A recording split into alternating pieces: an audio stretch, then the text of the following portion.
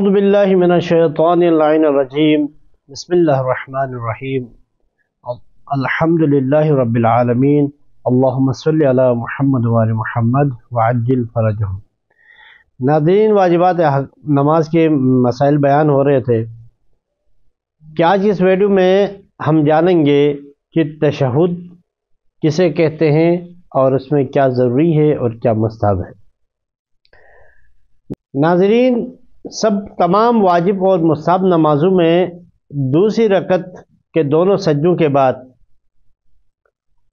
اور نماز مغرب میں دوسری رکعت اور تیسری رکعت میں دونوں سجدوں کے بعد اور نماز عشاء ظہر عصر میں دوسری اور چوتھی رکعت میں دونوں سجدوں کے بعد بیٹھ کر تشہد پڑھنا ضروری ہے۔ تشہد میں جو واجب مقدار ہے، اشہد ان لا الہ الا اللہ وحدہ لا شریک لہ واشہد ان محمدا عبدہ ورسولہ اللہم صلی علی محمد وآل محمد، یہاں تک ہے۔ مستحب ہے کہ اس سے پہلے الحمدللہ کہنا یا بسم اللہ وباللہ والحمدللہ وخیر الاسماء للہ، اس جملے کا اضافہ کرنا شروع میں مستحب ہے۔ تشہد صحیح عربی اور مسلسل کہی جائے۔ تشہد کے جملوں کے درمیان زیادہ وقفہ نہیں دینا ہے۔ اگر کوئی انسان تشہد پڑھنا بھول جائے، اگلی رکعت کے رکوع کے بعد یاد آ جائے کہ میں نے تشہد نہیں پڑھا ہے، تو پھر وہ نماز کو جاری رکھے گا۔ نماز ختم کرنے کے بعد تشہد کے بدلے میں 2 سجدے سہو بجا لائے گا۔ لیکن مستحب ہے کہ تشہد کی قضا بھی کرے، احتیاط مستحب کی بنا پر۔ اگر قضا نہ بھی کرے، 2 سجدے سہو بجا لانا ضروری ہے۔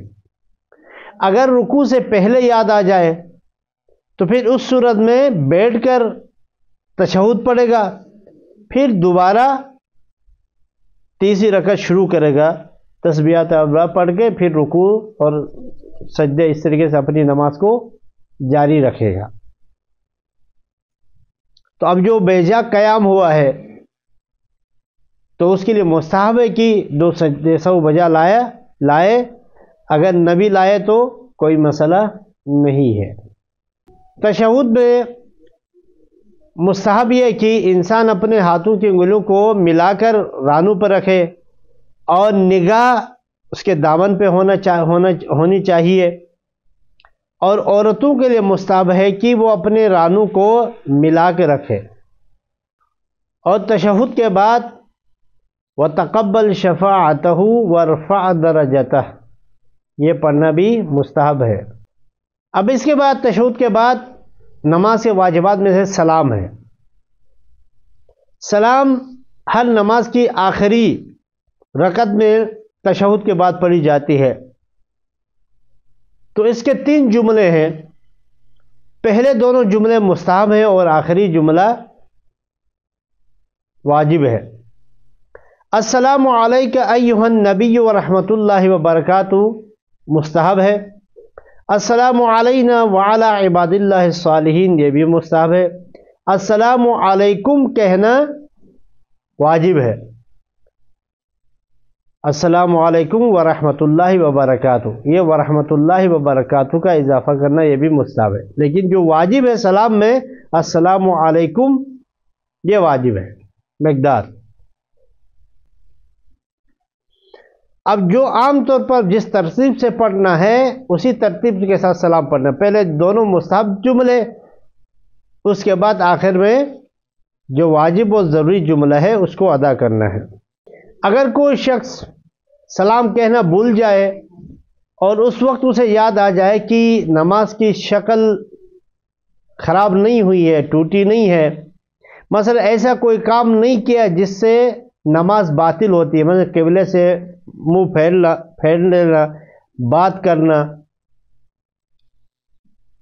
تو پھر اس صورت میں وہ سلام کہے گا، اس کی نماز صحیح ہے۔ اگر ایسے وقت میں یاد آ جائے کہ اس کی نماز کی شکل ختم ہو چکی ہے، اس نے قبلے سے منہ پھیر لیا ہے یا باتیں کی ہے،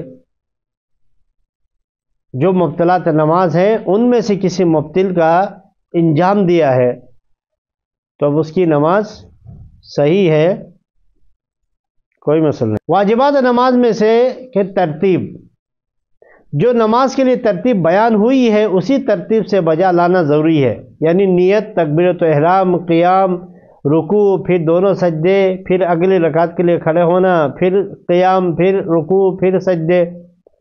اگر کوئی ترتیب بدل لے، یعنی رکوع سے پہلے سجدے بجا لائے یا جان بوجھ کر سورہ حمد سے پہلے سورہ پڑھے بعد میں سورہ حمد پڑھے، تو جان بوجھ کے ترتیب الٹنے سے اس کی نماز باطل ہوگی۔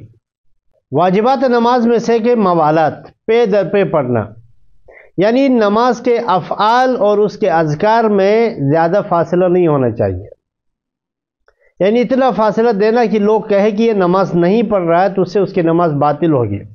مثلا تکبیرۃ احرام کہنے کے کافی دیر بعد وہ قرات شروع کرے، قرات کے کافی دیر ایسے خاموش بیٹھ کر پھر جو ہے وہ رکوع کرے، پھر رکوع کے بعد کافی دیر سے سجدے بجا لائے، یعنی اتنا وقفہ ہو کہ اس کی نماز کی شکل برقرار نہ رہے تو اس کی نماز باطل ہوتی ہے۔